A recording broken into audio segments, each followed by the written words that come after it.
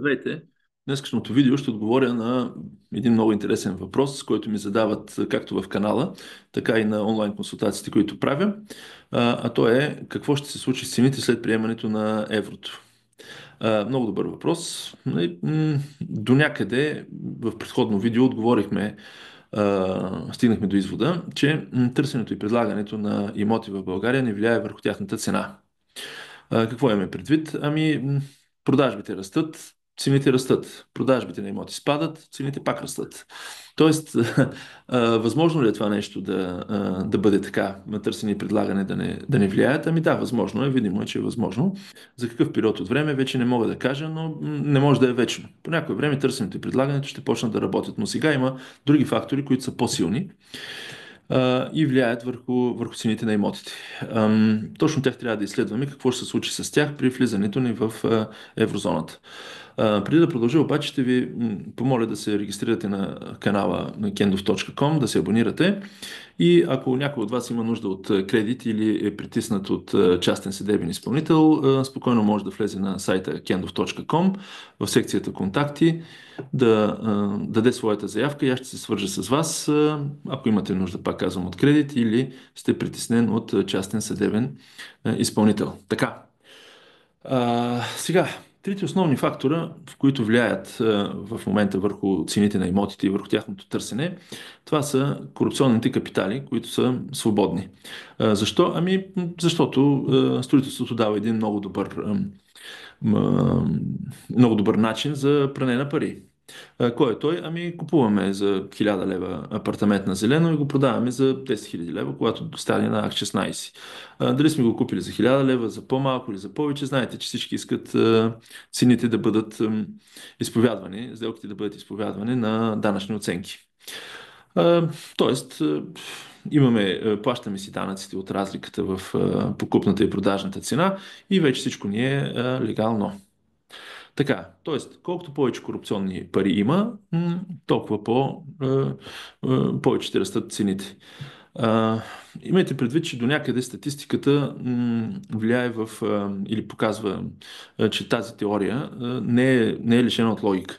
64% от апартаментите в София, от имотите в София, въобще всякакви, се купуват с ипотека.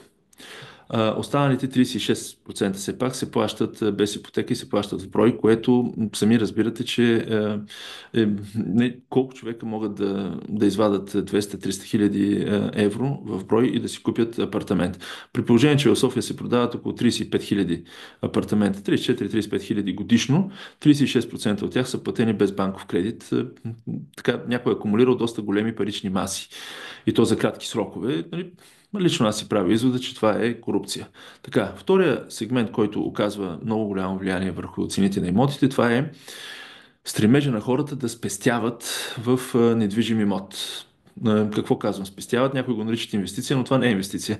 Инвестиция, в която да си чакаш печалбата след 30 години, нали, не е точно инвестиция. Тия апартаменти се купуват и никога не се продават. Следователно, те са една форма спестяване, което не е с пари в банката, а е в недвижим имот, което не е лошо. Нали, при всички положения е по-добре да спестяваш в имот, и то във време на инфлация, отколкото да спестяваш в пари в банката, които, нали, при лихва 0,3%, мисля, че е средно в момента в България. Не е много добре.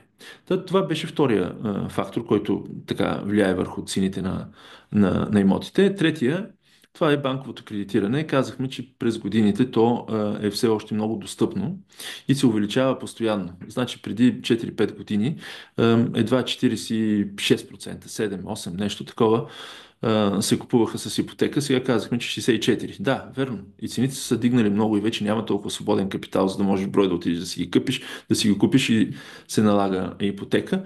Но така или иначе, достъпа до кредити в момента е изключително лесен, лихвите са много ниски, банките кредитират, добре капитализирани са, нямат много алтернативи какво да правят с парите, които събират като депозити и ги дават при изключително ниски лихви и, пак казахме, условия лесни, така че човек да може да си купи свой собствен имот. Затова и Европейската комисия в своето изследване установи, че България е държавата с най-много апартаменти, жилища, както те ги наричат, на 1000 човека население. Тоест ние имаме 600 жилища на 1000 човека население в България. Това е един от най-високите проценти в света, нали, и със сигурност най-високия в Европа.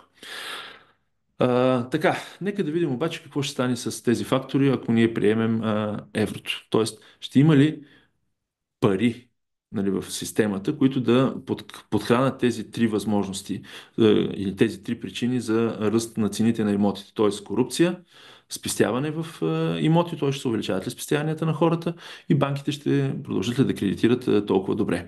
Така, за тази цел съм ви приготвил малко макроекономическа информация, която в тази табличка съм обобщил. Така, във въпросната таблица виждате на графиката, показва, че тук има механична грешка.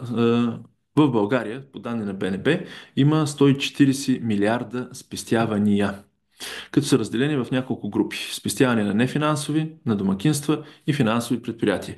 Виждате, че от тия 140 милиарда спестявания, които са немалко, те са около 60% от брутния вътрешен продукт. Представете си, 60% от брутния вътрешен продукт стои в банката и бездейства. Чака си лихвата от 0,3%.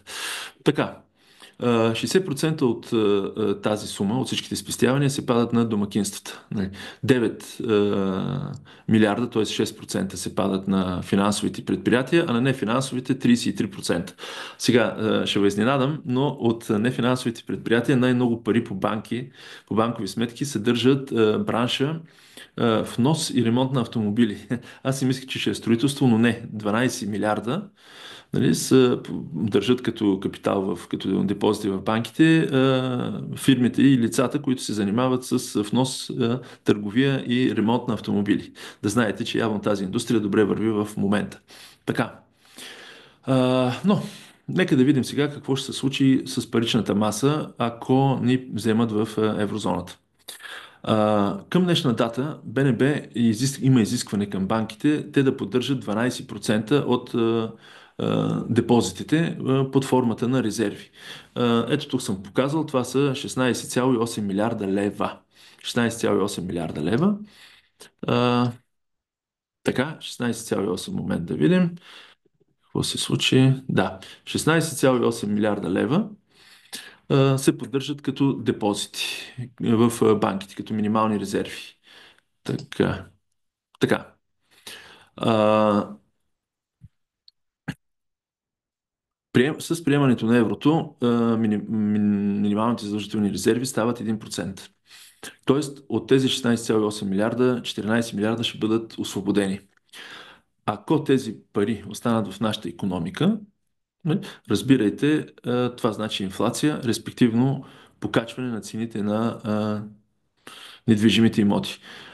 Другата хипотеза обаче е, че тези пари след като се освободят, централите на банките ще си ги вземат в Западна Европа, защото почти всички банки вече в България, за да не кажа всички, са с майки в Западна Европа. Тези пари най-вероятно ще бъдат изнесени от България и няма да останат да се въртат в нашата икономика. Не знам доколко това е добро или лошо, защото ако останат тук, казахме инфлация, ако заминат на Запад, пък намалят парите в обращение, които са нужни за ръст на икономиката. Но има и други пари, които се съхраняват в БНБ и стават един вид излишни след въвеждането на еврото. Това са парите, които се ползват като гаранционен фонд.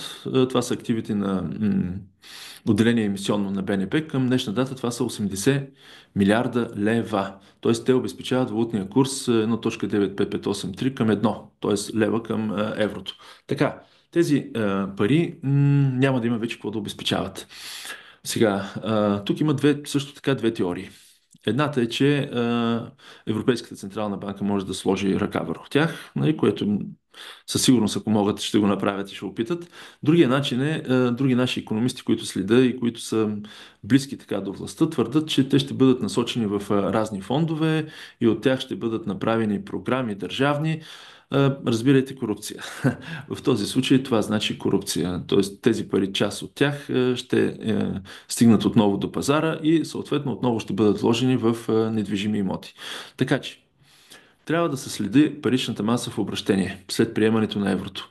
Ако чуете, че резервите на БНБ отиват в някакви фондове, не, да знаете, че цените на имотите ще растат. Ако чуете, че минималните задължителни резерви на банките, тези 16 милиарда, които тук говорихме, отидат останат в България и банките тръгнат да ги отпускат като кредити, реално, защото те са техни, това значи, че отново ще има инфлация и отново ще има облегчено кредитиране и отново ще има покупка на недвижими имоти, въпреки, както казахме, че в България има повече от необходимото свободни недвижими имоти. Да, не в големите градове, в малките стоят тези имоти така, просто стоят, нали, но голяма част от тях са празни, особено в северо-западна България, в Родопите. Има много жилищен фонд, който не се използва. Не. Та, като цяло, хипотезите са две.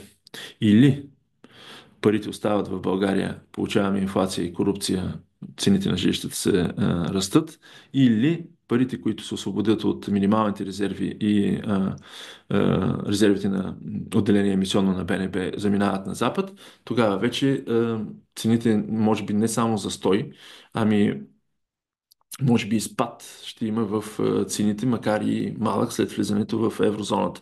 Да, има една теория, според която много чужденци ще дойдат да си купят жилища в България, защото на Запад вече те са, както се казва, недостъпни, т.е. по-трудно достъпни, отколкото в България. Но аз не виждам много чужденци да се засилат да дойдат и да се заселят в България. Имаше тази вълна преди 2008 година, когато много англичани идваха. Всичките си продадоха имотите в последствие на загуба и избягаха от тук. Но и също така не забравяйте, че ефтини имоти има и в Испания, ефтини имоти има и в Италия. Надали ще има толкова голям наплив на чужденци, колкото се опитват да наобидат или да го изкарат. Така че, ако сте стигнали до тук, абонирайте се за канала kendov.com, сложете по едно палче или направете коментар, нали, за да знам какви видеа и на каква тема искате да бъдат следващите ни срещи. Благодаря ви.